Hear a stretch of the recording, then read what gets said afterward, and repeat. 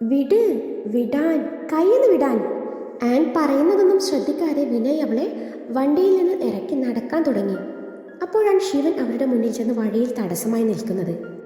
അവളുടെ കയ്യിൽ നിന്ന് വിടറോ. ശിവൻ തൻ്റെ ഷർട്ടിൻ്റെ കൈ മുട്ടോളം മടക്കി ഷർട്ടിൻ്റെ കോളർ പിറകിൽ നിന്നും വലിച്ച് അല്പം താഴ്ത്തിക്കൊണ്ട് പറഞ്ഞു. അത് പറയാൻ താനാരാ? വിനയ് തിരിച്ചു ചോദിച്ചു. എൻ്റെ പെങ്ങളുടെ കയ്യിൽ പിടിച്ചിട്ട് ഞാൻ ആരാന്നോ? ഞാൻ അവളുടെ ചേട്ടനാടാ. ശിവനും വിട്ടുകൊടുത്തില്ല. അത് കേട്ടതും വിനയ് ഉറക്കെ ചിരിക്കാൻ തുടങ്ങി. പെട്ടെന്ന് ചിരി അവസാനിപ്പിച്ച് വിനയ് ശിവന് നേരെ തിരിഞ്ഞു. ചേട്ടൻ? നീ? അപ്പൊ ഞാനാരാ? അത് തന്നെയല്ലടോ ഞങ്ങളും ചോദിക്കുന്നത്, താൻ ആരാന്ന്. ഇനിയിപ്പോൾ താൻ ആരാന്ന് തനിക്കറിയില്ലെങ്കിൽ താൻ എന്നോട് ചോദിക്കുക താൻ ആരാന്ന്. അപ്പം ഞാൻ തനിക്ക് പറഞ്ഞു തരും ഞാൻ ആരാന്നും താൻ ആരാന്നും. അണ്ടർസ്റ്റാൻഡ്? ദീപു ഇടയിൽ കയറി പറഞ്ഞു. മിണ്ടാതിരടാ, ശിവൻ ദീപുവിനെ ശാസിച്ചു. ശിവേട്ട, ഇതേതോ വട്ടുകേസാണെന്ന് തോന്നുന്നു. ഇതൊന്നും ഇങ്ങനെയല്ല ഡീൽ ചെയ്യേണ്ടത്. ഞാൻ കാണിച്ചുതരാം. Very simple. ചേട്ടാ, എന്താ പ്രശ്നം? ഉച്ചക്കത്തെ ഗുളിക കഴിച്ചില്ലേ? പോട്ടെ, പെട്ടെന്ന് പോയി കഴിച്ചാൽ മതി. പിന്നെ ആ കുട്ടിയുടെ കയ്യിൽ നിന്ന് ഒന്ന് വിട്ടേ, പാവം വേദനിക്കുന്നുണ്ടാവും. ദീപു ഓവർ വിനയം അങ്ങ് വാരി വിതറി. കോൻ ഹോ തും? വിനയ് ചോദിച്ചു. അത് ശരി, ഹിന്ദി പറഞ്ഞ് പേടിപ്പിക്കാന്ന് കരുതിയോ? നമുക്കും അറിയാം അത്യാവശ്യം ഹിന്ദിയൊക്കെയും. ഇതാ പിടിച്ചോ. മേം ഹെർ ബ്രദർ ഹേ, അല്ലെങ്കിൽ ഹൂ, ഏതാന്ന് വെച്ചാൽ താൻ പൂരിപ്പിച്ചോ. ദീപുവിൻ്റെ മറുപടി കേട്ട് ശിവൻ ചിരി അടക്കി പിടിച്ചു നിന്നു. ക്യാ തും ഉസ്കെ ബായ് ഹോ? തോ ഫിർ മേൻ കോൻ ഹോ? പിന്നെയും ശരാ, ഇത് വലിയ പുലിവാലായല്ലോ. ശിവേട്ട, ഇപ്പം എന്താ ഇങ്ങനെ പറഞ്ഞത്? അമ്മോ, എനിക്കറിയില്ല, നീ തന്നെ അങ്ങ് ഡീൽ ചെയ്താൽ മതി. നമുക്കതിനുള്ള കഴിവൊന്നും ഇല്ലെന്ന്. ശിവൻ നൈസായിട്ട് ഒഴിഞ്ഞു മാറി. അങ്ങനെയാണല്ലേ, ശരി. ദീപ വീണ്ടും വിനയനോട് തുടർന്നു. അരെ ബായ്, ഇത് നിങ്ങൾ വിചാരിക്കുന്ന ആൾ നഹി ഹേ. This is our sister, not your sister. ശരി, ഇതിപ്പോൾ ഇംഗ്ലീഷ് ആയിപ്പോയല്ലോ. വിനയ് വീണ്ടും ചിരിക്കാൻ തുടങ്ങി. തുമാരി ബഹൻ? ബഹുത് മജേദാർ. വീണ്ടും ചിരി. ഡോ അണ്ണാ, സോറി ഭയ്യ, ധൈര്യമുണ്ടെങ്കിൽ മലയാളത്തിൽ സംസാരിക്കണോ? കേരളത്തിൽ വന്നിട്ട് ഹിന്ദി സംസാരിക്കാൻ നാണമില്ലേ മനുഷ്യ നിങ്ങൾക്ക്? ദീപു വിടാൻ തയ്യാറായല്ല. ഇത് കേട്ടതും വിനയ് ആനിന് നേരെ തിരിഞ്ഞു. ഇവരോട് ഞാൻ ആരാണെന്ന് മോള് പറയുന്നോ അതോ ചേട്ടൻ പറയണോ? അതും പറഞ്ഞ് അയാൾ ബ്ലേസർ നേരെ ഇട്ടു. നിങ്ങൾ ആരാ? ആനിൻ്റെ ചോദ്യം കേട്ട് വിനയൻ്റെ മുഖം ദേഷ്യം കൊണ്ട് വലിഞ്ഞു മുറുകി. ദേ വൃന്ദ മോളെ, കളിക്കല്ലേ, പോയി വണ്ടി കയറ്. ഇല്ല, ഞാൻ വൃന്ദയല്ല, ഞാൻ ആനാണ്, ആൻ മരിയ ഫിലിപ്പ്. എനിക്ക് നിങ്ങളെ അറിയില്ല. നിങ്ങൾ കയ്യിൽ നിന്ന് വിട്, എനിക്ക് വേദനിക്കുന്നു. മോളെ, ഞാൻ നിന്റെ ചേട്ടൻ വിനയാണ്. നീ മരിച്ചിട്ടില്ല എന്നറിഞ്ഞിട്ട് നിന്നെ കൊണ്ടുപോകാൻ വന്നതാ. നമുക്ക് നമ്മുടെ വീട്ടിലേക്ക് പോവാം മോളെ. മുംബൈ, അവിടെയാ നമ്മുടെ വീട്. ഇല്ല, ഞാൻ എങ്ങോട്ടും ഇല്ല. എൻ്റെ കയ്യിൽ നിന്ന് വിട്, എനിക്ക് നിങ്ങളെ അറിയില്ല. ദേ, ഇവൾ പറഞ്ഞത് കേട്ടല്ലോ, ഇവൾക്ക് നിങ്ങളെ അറിയില്ലെന്ന്. ഇതെൻ്റെ പെങ്ങളാണ്, അതുകൊണ്ട് പെട്ടെന്ന് സ്ഥലം വിടാൻ നോക്കി എന്നും പറഞ്ഞ് ശിവൻ ആനിനെ പിടിച്ചിട്ടുള്ള വിനയിൻ്റെ കയ്യിൽ പിടിമുറുക്കി. ഇതേ സമയം ആൻ വിനയിൽ നിന്നും പിടി അയച്ച് ഓടാൻ തുടങ്ങി. അതുകൊണ്ട് പിന്നാലെ വിനയ് ഓടി, അതിനു പിന്നാലെ ശിവനും ദീപുവും. ആൻ, ആൻ നിൽത്ത് ഓടല്ലേ, ദീപുവും ശിവനും വിളിച്ച് പറയുന്നുണ്ടായിരുന്നു. ഓടി ഓടി ആൻ തളർന്നു പോയിരുന്നു. നെഞ്ചിനകത്ത് ചെറിയ വേദന പോലെ, ഒരടി മുന്നോട്ട് വെക്കാൻ പറ്റുന്നില്ല. അടിവയറ്റിൽ ശക്തമായ വേദന. ശരീരത്തിൻ്റെ ഭാരം കുറഞ്ഞ് താനൊരു അപ്പൂപ്പൻ താടി പോലെ ആയെന്ന് അവൾക്ക് തോന്നിപ്പോയി. കണ്ണിലാകെ ഇരുട്ട് കയറി വീഴാനാഞ്ഞതും രണ്ട് കൈകൾ അവളെ പൊതിഞ്ഞു പിടിച്ചിരുന്നു. ഒരു കൈ അവളുടെ വയറിന് താങ്ങി പിടിച്ചിരുന്നു. വാടിയ ചേമ്പിൻ തണ്ട് പോലെ തൻ്റെ കൈകളിൽ തളർന്നു കിടക്കുന്നവളെ കാണവേ ദേവിൻ്റെ നെഞ്ച് പിടഞ്ഞു. അതിനിടയിലും കണ്ണ് ചെറുതായി തുറന്ന് തന്നെ നോക്കി പുഞ്ചിരിക്കുന്നവളെ കണ്ടതും അവൾ അവനെ കൈകളിൽ കോരിയെടുത്ത് വണ്ടിക്കരികിലേക്ക് നടന്നു. സീറ്റ് നിവർത്തി വെച്ച് അവളെ വണ്ടിയിൽ ഇരുത്തിയ ശേഷം ഡോർ അടച്ചു അവൻ തിരിഞ്ഞതും പിന്നിൽ തന്നെ ദേഷ്യത്തോട് നോക്കുന്ന വിനയിനെയാണ് കാണുന്നത്. ദീപ് അവനെ ശ്രദ്ധിക്കാതെ നടക്കാനൊരുങ്ങിയതും വിനയ് ആനിരിക്കുന്ന ഭാഗത്തെ ഡോർ തുറക്കാനൊരുങ്ങി. അവനെ അതിനനുവദിക്കാതെ ദീപ് അവൻ്റെ കൈയെ പിടിച്ചു. ആരാ നീ? നിനക്ക് എന്ത് വേണം? നീ എന്തിനാണ് എൻ്റെ ഭാര്യയുടെ പിറകെ ഇങ്ങനെ നടക്കുന്നത്? നിന്റെ ഭാര്യയോ? ഇവളെൻ്റെ പെങ്ങളാണ്. അതൊന്നും എനിക്കറിയില്ല. ഇപ്പം ലീഗലി ഇവളെൻ്റെ ഭാര്യയാണ്. ആനാണിവൾ. അതുമല്ല, ഇവളെൻ്റെ കുഞ്ഞിൻ്റെ അമ്മയാവാൻ പോവുകയാണ്. എൻ്റെ പെങ്ങൾ ആനായതും നിന്റെ ഭാര്യ ആയതും ഒക്കെയും ഞാൻ അറിഞ്ഞിട്ട് തന്നെയാണ് ഇങ്ങോട്ട് വന്നത്. ഓർമ്മയില്ലാത്ത അവളെ നിങ്ങൾ എന്നിൽ നിന്ന് അകറ്റി. എനിക്കെൻ്റെ പെങ്ങളെ കൊണ്ടുപോയേ പറ്റൂ. അളിയോ, അലമ്പുണ്ടാക്കാതെ പോവാൻ നോക്ക്. ഇവിടെ സഹോദരനേക്കാൾ അധികാരം ഭർത്താവിന് തന്നെയാണ്. അതുമല്ല, ഇവൾക്ക് നിങ്ങളെ ഓർമ്മ പോലും ഇല്ല. ഇനി ഓർമ്മ വന്നാലും ഇവളെ ഞാൻ ആർക്കും വിട്ടുതരില്ല. ഇവൾ എൻ്റേത് മാത്രമാണ്. ഇനി ഇങ്ങോട്ട് അങ്ങനെ തന്നെ ആയിരിക്കും. ഞാൻ കൊല്ലാനല്ല പെങ്ങളെ കൊണ്ടുപോകുന്നത്, വളർത്താൻ തന്നെയാ എന്നും പറഞ്ഞ് ദേവ് നടക്കാനൊരുങ്ങി. ഡോ, ഇവൾ എൻ്റെ പെങ്ങളാണെങ്കിലേ ഞാൻ ഇവളെ കൊണ്ടുപോയിരിക്കും. ഡോക്ടർ നന്ദദേവ് എന്ന ക്രിമിനലിൻ്റെ കൂടെ എൻ്റെ പെങ്ങൾ ജീവിക്കുന്നത് കാണാൻ എനിക്ക് താല്പര്യമില്ല. ഇനി ഞാൻ തൻ്റെ മുന്നിൽ വരുന്നത് ഇവളെ ഏട്ടൻ്റെ എല്ലാ അധികാരത്തോടെയും കൊണ്ടുപോകാനായിരിക്കും. പിന്നെ തൻ്റെ കുഞ്ഞ് അത് ജീവിക്കണോ വേണ്ടയോ എന്ന് ഞാൻ തീരുമാനിക്കും എന്നും പറഞ്ഞ് വിനയ് വണ്ടി കയറിപ്പോയി. അവൻ പറഞ്ഞിട്ട് പോയ വാക്കുകൾ കേട്ടതും ദേവിൻ്റെ മുഖം വലഞ്ഞു മുറുകി. അതേ ദേഷ്യത്തിൽ അവരവിടെ നിന്ന് വണ്ടിയോ എടുത്തുകൊണ്ട് പോയി. ആൻ കണ്ണു തുറന്നു നോക്കിയപ്പോൾ അത് തങ്ങളുടെ മുറിയാണെന്ന് അവൾക്ക് മനസ്സിലായി. പക്ഷെ അരികിൽ ദേവില്ലായിരുന്നു. അവനെ മുറി മുഴുവൻ അന്വേഷിച്ചെങ്കിലും അവൾ എങ്ങും കണ്ടില്ല. അവൾക്ക് നടക്കാൻ നല്ല ബുദ്ധിമുട്ട് തോന്നിയതിനാൽ അവൾ മുറി തന്നെയായിരുന്നു. കുറച്ച് കഴിഞ്ഞതും അവൾക്കുള്ള ഭക്ഷണവുമായി ദേവ് വന്നു. എഴുന്നേറ്റോ? ഇപ്പം എങ്ങനെയുണ്ട്? വേറെ കുഴപ്പമൊന്നുമില്ലല്ലോ? വേറെ കുഴപ്പമൊന്നുമില്ല, പക്ഷേ എനിക്ക് നടക്കാൻ നല്ല ബുദ്ധിമുട്ടുണ്ട്. നീ ആദ്യം അത് കഴിക്കുക, എന്നിട്ട് ഞാൻ കാൽ നല്ല പോലെ മസാജ് ചെയ്ത് തരാം. അപ്പോൾ ശരിയായിക്കോളും. ദേവേട്ട, എൻ്റെ ബാഗ് എവിടെ? അതിൽ ദേവേട്ടൻ്റെ നിരപരാധിത്വം തെളിയിക്കുന്ന സ്ട്രോങ് എവിഡൻസ് ഉണ്ട്. ശിവനെല്ലാം പറഞ്ഞു. നിൻ്റെ ബാഗ് സേഫായി അവിടെ വാർഡ്രോബിനകത്തുണ്ട്. ഇനി അടങ്ങി ഒതുങ്ങി വീട്ടിലിരുന്നു. ബാക്കി നമ്മുടെ അഡ്വക്കേറ്റ് നോക്കിക്കോളും. അയ്യടാ, അതിനിത്തിരി പുളിക്കും. അതിന് നിങ്ങളുടെ വക്കീൽ എന്ത് ഉണ്ട കണ്ടെത്തിയെന്നാ? ഇതൊക്കെ ഞാൻ കഷ്ടപ്പെട്ട് കണ്ടെത്തിയ എവിഡൻസാണ്. സോ ഇത് കോർട്ടിൽ പ്രൂവ് ചെയ്യാനും ഞാൻ തന്നെ മതി. ഇതിൻ്റെ ക്രെഡിറ്റ് എനിക്ക് തന്നെ വേണം. എല്ലാവരും അറിയട്ടെ, ഡോക്ടർ നന്ദദേവിൻ്റെ ഭാര്യ ആളൊരു ജീനിയസ് ആണെന്ന്. പിന്നെ ഈ വയറും വെച്ചുകൊണ്ടാണല്ലോ നീ കോർട്ടിൽ പോണത്. ഈ വയറും വെച്ചുകൊണ്ട് ഇത്രയൊക്കെ ചെയ്യാമെങ്കിലേ നിങ്ങളെ പുഷ്പം പോലെ ഇറക്കാനും എനിക്കറിയാം. അപ്പോൾ മാഡം രണ്ടും കൽപ്പിച്ചാണല്ലേ? പിന്നെ അല്ല, ഇനി എനിക്ക് ഒരു ജോലി കൂടി ബാക്കിയുണ്ട്. എൻ്റെ എന്തേലും ഹെൽപ്പ് വേണോ? വേണ്ട, അതിന് ബെസ്റ്റ് എൻ്റെ ആംഗ്ലമാർ തന്നെയാണ്. പിന്നെ എനിക്ക് ഈ ക്രെഡിറ്റ് ഒന്നും വേണ്ട, എനിക്ക് നിങ്ങളെ മാത്രം മതി. അതിനുവേണ്ടിയായി നെട്ടോട്ടം. നിങ്ങളുടെ മണ്ടം വക്കീലിനോട് എല്ലാം പറഞ്ഞ് മനസ്സിലാക്കി കൊടുത്താൽ മതി എന്നും പറഞ്ഞ് അവനെ ഇറക്കെ പുണർന്നു. ദേവേട്ട, ചേട്ടൻ ഇനിയും എന്നെ കൊണ്ടുപോകാൻ വരുമോ? പ്ലീസ്, എന്നെ വിട്ടുകൊടുക്കല്ലേ. എൻ്റെ ചേട്ടൻ ഇന്ന് കണ്ടപ്പോൾ എനിക്ക് തന്നെ പേടി തോന്നി, ഒരു ക്രിമിനൽ പോലെ. ഞാൻ നിന്നെ അങ്ങനെ വിട്ടുകൊടുക്കുമോ? അത് ഞാൻ എൻ്റെ അളിയനോട് പറഞ്ഞിട്ടുണ്ട്. അതിനുവേണ്ടി ഇനി ഇങ്ങോട്ട് വരണ്ടായെന്നും. അതും പറഞ്ഞ് അവളുടെ കഴുത്തിലെ മറുകിലൊന്ന് മുത്തി. ഈ മറുകെ ഭയങ്കര അട്രാക്ഷനാണ്. നിന്നെ നോക്കിയാൽ പെട്ടെന്ന് നമ്മുടെ നോട്ടം അങ്ങോട്ട് പോകും. So hot. നിന്നിൽ നിന്ന് എനിക്ക് ഏറ്റവും ഇഷ്ടം എവിടെയാണ്? ശരിക്കും എൻ്റെ ചേട്ടന് ഇതുപോലെ ഇതേ ഭാഗത്ത് കഴുത്തിലൊരു മറുകുണ്ട്. പക്ഷേ ദേവേട്ട, പകുതി പറഞ്ഞപ്പോൾ ആനൻ്റെ മുഖഭാവം മാറി. എന്താ ഒരു പക്ഷേ? ദേവേട്ട, അത് ഇന്ന് ചേട്ടൻ്റെ കഴുത്തിൽ ഞാൻ ആ മറുക് കണ്ടില്ലല്ലോ. അത് ഷർട്ടിൻ്റെ മറവിൽ കാണാഞ്ഞതാവും. അല്ല, ഞാൻ കണ്ടതാ. ബ്ലേസർ നേരെയാക്കാൻ നേരം ഞാൻ കണ്ടതാ ദേവേട്ട. അപ്പോൾ നിൻ്റെ ചേട്ടൻ്റെ മറുക് മാഞ്ഞുപോയി കാണും. അല്ല പിന്നെ ഞാൻ എന്ത് പറയാനാ? ദേവേട്ട, നീ അതൊക്കെ വിട്. എൻ്റെ കുഞ്ഞിനെ പട്ടിണിക്കിടാനാ പ്ലാൻ? ഇത് പെട്ടെന്ന് കഴിക്കാൻ നോക്ക്. എന്നിട്ട് ഈ മരുന്നൊക്കെ കഴിക്കാനുള്ളതാ. അതും പറഞ്ഞ് ദേവ് പ്ലേറ്റ് നീട്ടിയപ്പോൾ അവൾ വാ തുറന്ന് കാണിച്ചു. അത് ശരി, ഇനിയിപ്പോൾ ഞാൻ വാരി തരണം അല്ലേ? ഇതൊന്നും പ്രതീക്ഷിക്കരുത്. എനിക്ക് ഓവർ റൊമാൻസ് വാരി വിതരാൻ അറിയില്ല, അതുകൊണ്ടാ എന്നും പറഞ്ഞ് അവൾക്ക് വാരി കൊടുക്കാൻ തുടങ്ങി. ഇത് റൊമാൻസ് അല്ല ഡോക്ടറെ. ഇതിന് വേണമെങ്കിൽ സ്നേഹമെന്നോ കരുതലെന്നോ വിളിക്കാം. ഇപ്പോൾ എത്രയോ പേര് ഭക്ഷണം വാരി കൊടുക്കുന്നുണ്ട്. അച്ഛൻ മക്കൾക്ക് കൊടുക്കും, അമ്മ മക്കൾക്ക് കൊടുക്കും, ചേട്ടൻ അനിയത്തിക്ക് കൊടുക്കും, ചേച്ചി അനിയന് കൊടുക്കും. അങ്ങനെ അന്നേരം അവരിൽ റൊമാൻസാണ് ഉണ്ടാവുക. എൻ്റെ ചേട്ടൻ എനിക്ക് ഇടയ്ക്കിടെ വാരി തരുമായിരുന്നു. ആര്? ഇന്ന് വന്ന സൈക്കോയോ? ആൾക്ക് തലക്ക് വല്ല അസുഖം ഉണ്ടോ എന്നൊരു സംശയം. എനിക്കൊന്നും അറിയില്ല. ഇന്ന് ഞാൻ കണ്ടത് എൻ്റെ ചേട്ടനല്ല. എൻ്റെ ചേട്ടൻ അങ്ങനെയല്ല. നീ ഇത് ഇതുവരെ വിട്ടില്ലേ? ഇല്ല, എനിക്കെന്തോ എവിടെ ഒരു നെഗറ്റീവ് ഫീൽ ചെയ്യുന്നു. ശരി, നമുക്കത് അന്വേഷിക്കാം. തൽക്കാലം നീ അത് കഴിക്കുമെന്ന് പറഞ്ഞ് ആൻ ഭക്ഷണം കഴിക്കാൻ തുടങ്ങി. അപ്പോഴും അവളുടെ മനസ്സ് കലങ്ങി മറിയുന്നുണ്ടായിരുന്നു. ആനിൻ്റെ നിർദ്ദേശപ്രകാരം ശിവനും ദീപവും കൂടി നേഴ്സ് രേഷ്മയുടെ വീട്ടിലെത്തി. രാത്രി എല്ലാവരും ഉറങ്ങിക്കഴിഞ്ഞ ശേഷം വളരെ വിദഗ്ധമായി വീടിനകത്ത് കയറിപ്പറ്റി ഉറങ്ങിക്കിടക്കുന്ന രേഷ്മയെ ക്ലോറോഫോം മണപ്പിച്ച് മയക്കി കിടത്തി അവളുടെ മുറി അരിച്ച് പെരുക്കിയെങ്കിലും അവർക്കൊന്നും കിട്ടിയില്ല. അങ്ങനെ നിരാശയോടെ തിരികെ മടങ്ങാൻ നേരം ദീപു ശിവനോട് പറയുവാണ്, ഈ സാധനത്തിന് അങ്ങ് തലയണ വെച്ച് തട്ടിയാലോന്ന്. അന്നേരമാണ് ശിവന് തോന്നുന്നത് ബെഡിനടിയിൽ കൂടി ഒന്ന് നോക്കിയാലോന്ന്. അങ്ങനെ രണ്ടുപേരും കൂടി രേഷ്മയെ പൊക്കിയെടുത്ത് തറയിൽ കിടത്തി ബെഡിനടിയിൽ തെരഞ്ഞപ്പോഴാണ് ഒരു ഫയൽ കാണുന്നത്. അത് തുറന്ന് നോക്കിയതും ശിവന്റെ കണ്ണുകൾ തിളങ്ങി. ഉദ്ദേശിച്ച സാധനം കിട്ടിയതും ദീപു മുറി വിട്ടിറങ്ങാൻ നേരാണ് ശിവൻ പിന്നിൽ നിന്ന് പറയുന്നത്, എടാ, താഴെ കിടക്കുന്ന സാധനത്തിന് എടുത്തെടുത്ത് വെച്ചിട്ട് പോടാ. അന്നേരമാണ് ദീപുവിന് അക്കാര്യം ഓർമ്മ വരുന്നത്. അങ്ങനെ രേഷ്മയെ രണ്ടുപേരും കൂടി പൊക്കിയെടുത്ത് ബെഡിൽ കിടത്തി. വല്ല കാണാൻ കൊള്ളാവുന്ന പെൺപിള്ളേരായിരുന്നാൽ ഒരു വൈബെട്ടിയാനെ. ഇപ്പോൾ തള്ളച്ചിയെ കാണുമ്പോഴേ ചവിട്ടി കൂട്ടാൻ തോന്നുക. അതിനിടയിൽ അവൻ്റെ ഒരു വൈബ്. ഇതുപോലെ ഒരു ദിവസം എൻ്റെ പെണ്ണിനെയും പൊക്കിയെടുത്ത് വരേണ്ടതാ. അന്നേരവും കാണുമോ ഈ വൈബ്? ശിവേട്ടൻ്റെ പെണ്ണ് എനിക്ക് പെങ്ങളല്ലേ. ഞാനൊരു ഫ്ലോയിൽ അങ്ങ് പറഞ്ഞു പോയതാ. അല്ലേലും എൻ്റെ ദേവൂനെ മറന്ന് ഞാൻ വേറൊരു വൈബ് തേടി പോവോ എന്നും പറഞ്ഞ് ഇരുവരും അവിടെ നിന്ന് ഇറങ്ങി. വണ്ടിയിൽ കയറിയ ശിവൻ വീണ്ടും ആ വിഷയം മനഃപൂർവ്വം വലിച്ചിട്ടു.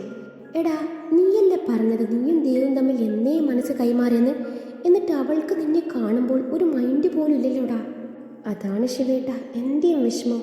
അപ്പം നിങ്ങൾ തമ്മിൽ ലബ്ബല്ലേ? പിന്നെ നീ എന്തിനാ അന്ന് എന്നോട് അങ്ങനെ പറഞ്ഞത്? നിങ്ങളെ നൈസായിട്ട് ഒഴിവാക്കാൻ. അപ്പോൾ പിന്നെ എനിക്ക് പേടിക്കണ്ടല്ലോ. എടാ മണ്ട, എനിക്ക് അവൾ എന്നും പെങ്ങളാടാ. ഞാൻ അന്നൊരു തമാശ പറഞ്ഞതാ. നീ തന്നെ അവൾക്ക് ചേർന്നത്. പക്ഷേ അവളുടെ പോക്കത്ര ശരിയല്ല.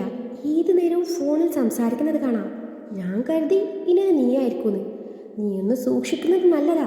ശിവൻ ദീപുവിനിട്ട് മുട്ടൻ പണി കൊടുത്തു. കുറച്ച് ദിവസം നീ കിടന്ന് ടെൻഷൻ അടിക്കടാ പട്ടി എന്ന് മനസ്സിൽ പറഞ്ഞു അവൻ വീണ്ടും നിഷ്കുവായി നിന്നു. ശിവേട്ട, സത്യമാണോ? ഇത് കേട്ടതും ദീപുവിന് ടെൻഷനായി. ഞാൻ കണ്ടത് പറഞ്ഞതേ ഉള്ളൂ. ഇനിയിപ്പോൾ സത്യമായിരിക്കണമെന്നൊന്നുമില്ല.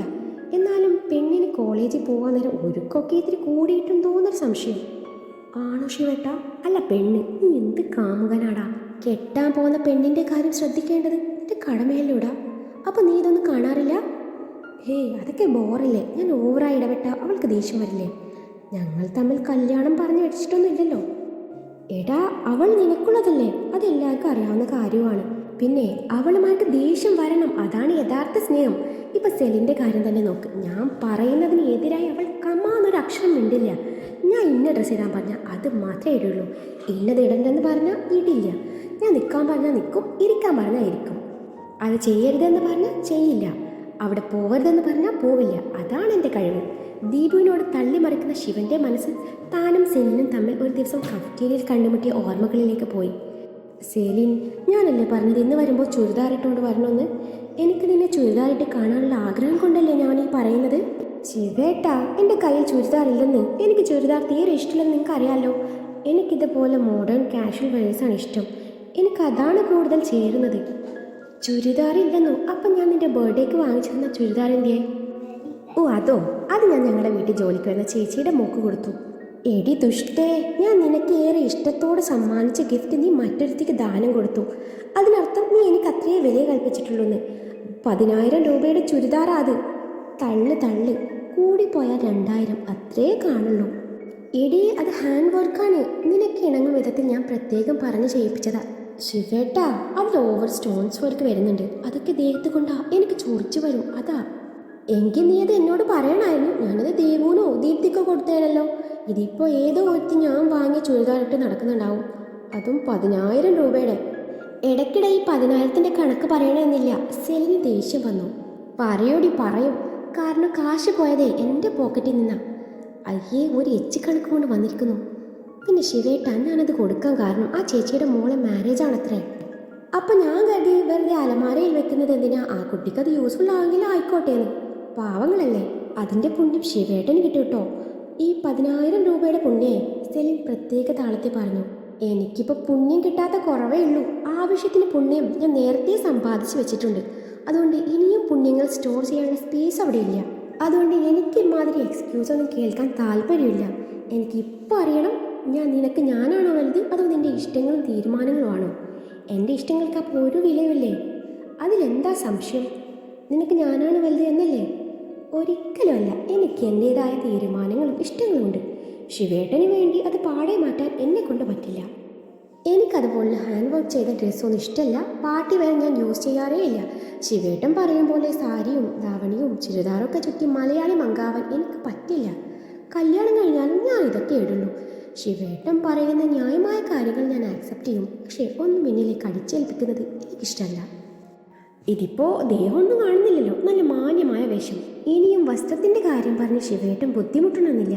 ഇനിയിപ്പോൾ ശിവേട്ടൻ എന്നെ അഡ്ജസ്റ്റ് ചെയ്യാൻ പറ്റുന്നില്ല പറഞ്ഞാൽ മതി. നമുക്ക് സന്തോഷത്തോടെ പിരിയാം. എന്തോന്ന്? നമുക്ക് പിരിയാന്ന്? ഓഹോ, അങ്ങനെയാണല്ലേ. അപ്പം ഞാൻ വാങ്ങിച്ചു തന്ന Dairy Milk, KitKat, gift cards, diamond ring, churidar, latest model iPhone, ഇതൊക്കെ ഇപ്പം എനിക്ക് കിട്ടണം. പിന്നെ എനിക്ക് സാധനങ്ങളൊന്നും വേണ്ട, ക്യാഷായിട്ട് തന്നാൽ മതി. അയ്യേ, എന്താ അയ്യേന്ന്? നഷ്ടക്കച്ചവടം ചെയ്യാൻ ശിവന് പണ്ടേ താല്പര്യമില്ല. ക്യാഷടി. ഇല്ലെങ്കിലോ? ഇതേ പെണ്ണെ, കൂടുതൽ വിലച്ചിലെടുക്കല്ലേ. ഇത്രയൊക്കെ എൻ്റെ കയ്യിൽ നിന്ന് വാങ്ങിക്കൂട്ടിയിട്ടേ ഒരു ഉമ്മ നീ എനിക്ക് തന്നിട്ടുണ്ടോ? എവിടെന്ന്? അത് ശരി, അപ്പം അതാണ് സാറിൻ്റെ വിഷമം. ഹും, പിന്നെ വിഷമം അവളുടെ ഒരു കുമ്മ കിട്ടിയില്ലേ ഞാൻ പിന്നെ അങ്ങ് ഇല്ലാതായിപ്പോവും. ഒന്ന് പോടി, എൻ്റെ ഉമ്മ ആർക്ക് വേണോടി കോഴിയുടെ മോളെ. എനിക്കിഷ്ടം പോലെ ഉമ്മ തരാൻ ആളുണ്ടടി, ഞാനൊന്ന് വിരലിനൊടിച്ചാൽ മതി. അത് പറഞ്ഞതേ ശിവന് ഓർമ്മയുള്ളൂ. മുന്നിലുണ്ടായിരുന്ന ജ്യൂസ് അവനിപ്പോൾ മുഖത്തിൽ നിന്ന് നക്കി കുടിക്കുവാണ്. ഇതാ തൻ്റെ ഐഫോൺ, ഇതാ തൻ്റെ റിങ്. ഇതൊന്നും ഞാൻ വേണമെന്ന് പറഞ്ഞതല്ലല്ലോ, താൻ നിർബന്ധിച്ച് എൻ്റെ കൈ പിടിപ്പിച്ചതാ. ബാക്കി എത്രയെന്ന് വെച്ചാൽ പറഞ്ഞാൽ മതി, ഞാൻ ഗൂഗിൾ പേ ചെയ്തേക്കാം. പിന്നെ ഇതൊക്കെയും എൻ്റെ കയ്യിൽ നിന്ന് എന്തൊക്കെയോ പ്രതീക്ഷിച്ച് താൻ എനിക്ക് സമ്മാനിച്ചതാണെന്ന് എനിക്കറിയാം. എന്നാലും താൻ കണക്ക് പറയുമെന്ന് ഞാൻ വിചാരിച്ചില്ല. എനിക്കിത് തന്നെ വേണം, അല്ലേലും അപ്പൻ്റെ ശത്രുവിനെ പ്രേമിക്കാൻ ചെന്ന എന്നെ പറഞ്ഞാൽ മതിയല്ലോ. അപ്പം നീ പറഞ്ഞതോ നമുക്ക് പിരിയാന്. എത്ര സിമ്പിളായിട്ടാണ് നീ അത് എൻ്റെ മുഖത്ത് നോക്കി പറഞ്ഞത്. എൻ്റെ സ്നേഹത്തിന് അത്രേ വിലയുള്ളൂ അല്ലേ? നല്ലോണം വിഷമമുണ്ട് സെലീൻ, നല്ലോണം വിഷമമുണ്ട്. ശിവൻ ഓവർ ഫീലിങ്സ് അങ്ങ് വാരി വിതറി. ശിവേട്ട, ഞാൻ അന്നേരത്തെ ദേഷ്യത്തിന് പറഞ്ഞതാ, സോറി. സെലിൻ പറഞ്ഞു. ഇതാണ് പറ്റിയ അവസരം, ഇവിടെ ഒന്ന് കീറി മാറ്റിപ്പിടിച്ചേക്കാം. അതും മനസ്സിൽ കരുതി ശിവനും പറഞ്ഞു. എന്നാൽ ഞാനും അന്നേരത്തെ ദേഷ്യത്തിന് പറഞ്ഞതാ, സോറി. അതാ നിന്റെ ഫോണും റിങ്ങും. അവനത് അവളുടെ കൈ വെച്ച് കൊടുത്തു. എനിക്കിതൊന്നും ഇനി വേണ്ട. ചങ്കിക്കൊള്ളുന്ന വർത്തമാനമൊന്നും പറയല്ലേ സെലീൻ, ഞാനൊരു തമാശ പറഞ്ഞതിനാണോ നീ ഇങ്ങനെ പിണങ്ങുന്നത്? സോറി എടി, ഞാനിതിനി ഉപയോഗിക്കില്ല കേട്ടോ. ഇനി നിങ്ങൾക്ക് വിഷമാവണ്ട എന്ന് കരുതി വാങ്ങിക്കുന്നു എന്ന് മാത്രം എന്നും പറഞ്ഞ് അവനെ ദഹിപ്പിച്ച് നോക്കി. അപ്പോൾ അത് രണ്ടും ടാലിയായി. പക്ഷേ എൻ്റെ മുഖത്തിരിക്കുന്ന ജ്യൂസിൻ്റെ കാര്യത്തിൽ ഒരു തീരുമാനം ആക്കണ്ടേ? ദേ, ഈ ജ്യൂസ് നിൻ്റെ മുഖത്തേക്ക് ഒഴിച്ചാൽ ഫുൾ സെറ്റ്. അപ്പോൾ എങ്ങനെ, ഒഴിക്കട്ടെ? മറ്റേ ഗ്ലാസ് ജ്യൂസ് കൈ പിടിച്ചു ശിവൻ പറഞ്ഞു. മോനെ ശിവ, അതെങ്ങാനും ഒരു തുള്ളി എൻ്റെ ദേഹത്ത് വീണ താൻ വിവരം അറിയും. എന്ന് വെച്ചാൽ നീ എന്നെ അടിക്കും എന്നാണോ? ഹേയ്, അടിക്കില്ല. തൊട്ടടുത്ത നിമിഷം നിങ്ങളുടെ മോന്തെ വീഴുന്നത് ചൂട് കോഫി ആയിരിക്കും. സ്നേഹിച്ചാൽ ഞാൻ ചങ്ക് പറിച്ചു കൊടുക്കും. ഇടഞ്ഞാലേ ഞാൻ കോഷിയേക്കാൾ തരയാ. അപ്പോൾ നീ ഇത് എൻ്റെ മുഖത്തൊഴിച്ചതോ? അത് ഞാൻ സ്നേഹത്തോട് ചെയ്തതല്ലേ. ഇനിയും സ്നേഹം കൂട്ടാൻ നിൽക്കല്ലേ. ഉമ്മ തരാൻ ഇഷ്ടം പോലെ ആളുണ്ടെന്നല്ലേ പറഞ്ഞത്, അവരോട് പറ മുഖം ക്ലീൻ ചെയ്യാൻ. ദൈവമേ, ഇതിപ്പോൾ എങ്ങാണ്ടോ പോണ പണിയെ ഫ്ലൈറ്റ് പിടിച്ചു പോയി വാങ്ങിക്കൊണ്ട് വന്ന പോലെ ആയല്ലോ. ഏത് നേരത്താണോ ഇതിനെ പ്രേമിക്കാൻ തോന്നിയത്? ഇനി പറഞ്ഞിട്ടൊന്നും കാര്യമില്ല, അങ്ങ് സഹിക്കുക, അത്ര തന്നെ.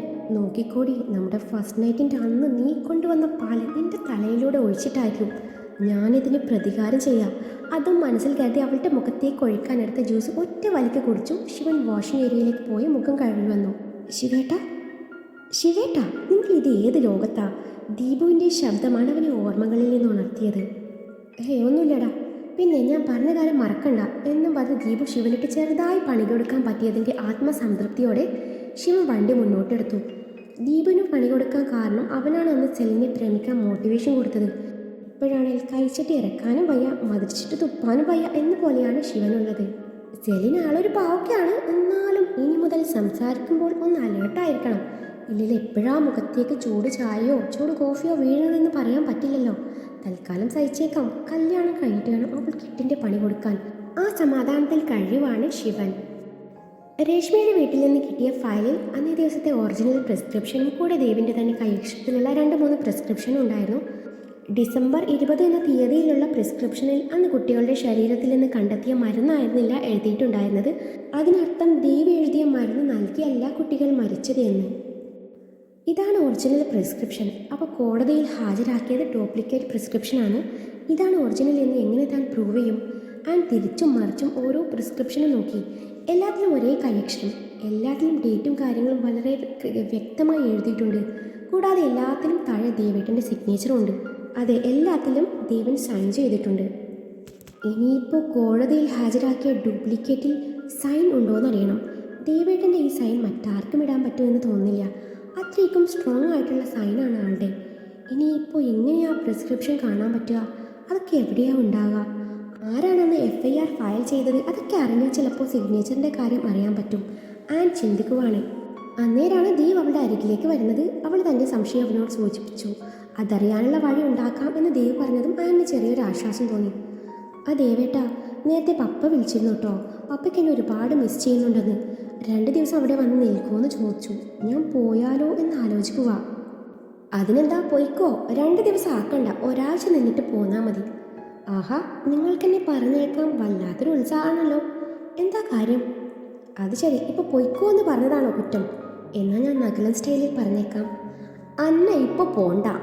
അതെന്താ ഞാൻ പോയാ? അതാണ് ഞാൻ പറഞ്ഞത് പൊക്കോളാൻ. അല്ല, ഈ ടൈമിൽ മിക്ക ഭർത്താക്കന്മാർക്കും ഭാര്യയെ സ്വന്തം വീട്ടിലേക്ക് പോലും പറഞ്ഞുവിടാൻ മടി കാണാറുണ്ട്. നിങ്ങൾക്കതില്ല, അതുകൊണ്ട് ചോദിച്ചു പോയതാ. ഞാൻ പറഞ്ഞിട്ടില്ലേ ഞാൻ മറ്റു ഭർത്താക്കന്മാരെ പോലെ അല്ലെന്ന്. എനിക്ക് ഓവറായി ദേവ് എന്തേലും പറയുന്നതിന് മുൻപേ ആനിടയിൽ കയറി. ഓവറായി റൊമാൻസ് വാരി വിതരാൻ അറിയില്ലെന്ന് അതല്ലേ നിങ്ങൾ പറയാൻ പോയത്?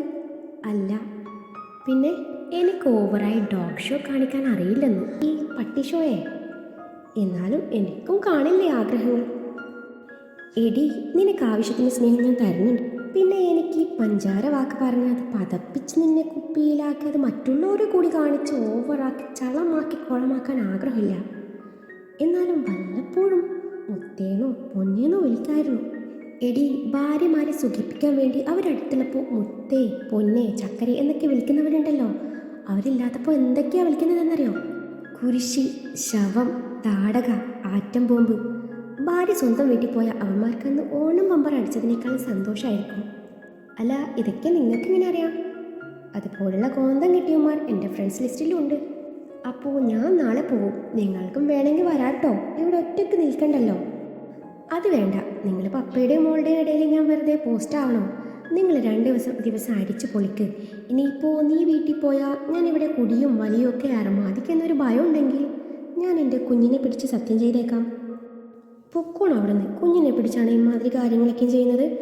എനിക്ക് നിങ്ങളെ വിശ്വാസക്കുറവൊന്നുമില്ല എന്ന് പറയണമെന്ന് നല്ല ആഗ്രഹമുണ്ട്. എന്നാലും ഒരു എന്താ പറയുക, ഒരു കുഞ്ഞു ഭയം, അത്രേ ഉള്ളൂ.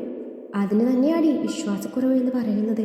അതല്ല ദേവേട്ട, കുപ്പി കണ്ടാൽ നിങ്ങളെല്ലാം മറക്കും. അതുകൊണ്ട് നിങ്ങൾ 2 ദിവസം എങ്ങും പോകണ്ട, വീട്ടിൽ തന്നെ ഇരുന്നാൽ മതി. ഇവിടെയുണ്ടല്ലോ ഇഷ്ടം പോലെ കുപ്പികൾ. അത് പിന്നെ ഉണ്ടല്ലോ ദേവേട്ട, ഞാൻ ആ കുപ്പികളൊക്കെ നമ്മുടെ നാട്ടിലെ പാവങ്ങളായ കുടിയന്മാർക്ക് ദാനം ചെയ്തു. അപ്പുറത്തെ വീട്ടിലെ അങ്കിളില്ലേ, ആ കുടിയൻ അങ്കിൾ, ഞാൻ അതൊക്കെ അങ്ങയുടെ കൈ കൊടുത്തിട്ട് പറഞ്ഞു, ആവശ്യത്തിന് അങ്കിൾ എടുത്തോ, ബാക്കി ഫ്രണ്ട്സിനൊക്കെ കൊടുത്തോളാൻ. ഇപ്പോൾ ഇവിടെ ഒരൊറ്റൊരു കുപ്പിയില്ല. എടി ദുഷ്ടേ, അത് ഫോറിൻ ഐറ്റംസ് ആയിരുന്നു. വല്ലപ്പോഴും അടിക്കാൻ വെച്ചിരുന്നതാ. അയ്യോ, ആയിരുന്നു. കണക്കായിപ്പോയി. എന്നാ അവന്മാരും ഫോറിൻ മദ്യം ഒന്ന് ടേസ്റ്റ് ചെയ്യട്ടേന്ന്. എടി, ഇനിയത് വല്ല കിളവന്മാരും കുടിച്ച് ഫിറ്റായി വല്ല വണ്ടിയുടെ അടിയിലെങ്ങാനും ചെന്ന് ചാടിയാൽ പോലീസ് നിന്നെ പൊക്കാൻ വരും. പറഞ്ഞില്ലെന്ന് വേണ്ടില്ല. അതും പറഞ്ഞവൻ അവളെ തുറച്ചു നോക്കി അവിടെ നിന്ന് പോയി. അങ്ങനെ വല്ലതും ഉണ്ടാവോ? ഹേ ചുമ്മാ. ഇനിയിപ്പോൾ അങ്ങനെ വല്ലതും നടന്നോ? അയ്യോ, നഖം കടിച്ച് ചിന്തിക്കുവാണ് കേട്ടോ. ഹേ, അങ്ങനെയൊന്നും ഉണ്ടാവില്ല. ഞാനെന്തിനാ ചുമ്മാ ടെൻഷൻ അടിച്ച് സമയം കളയുന്നത്? പോവാനുള്ള പെട്ടി റെഡിയാക്കാം അല്ലേ? അത് മനസ്സിലാക്കി അവൾ ഡ്രസ്സൊക്കെ എടുത്തു വെക്കാൻ തുടങ്ങി. ഇതേ സമയം ശിവന്യയും ക്രിസ്റ്റിയും ആനിൻ്റെ കയ്യിലുള്ള തെളിവുകളെല്ലാം ഏതു വിധേനയും കൈക്കലാക്കിയേ മതിയാകൂ എന്ന് കരുതി പുതിയ പദ്ധതികൾ തയ്യാറാക്കി.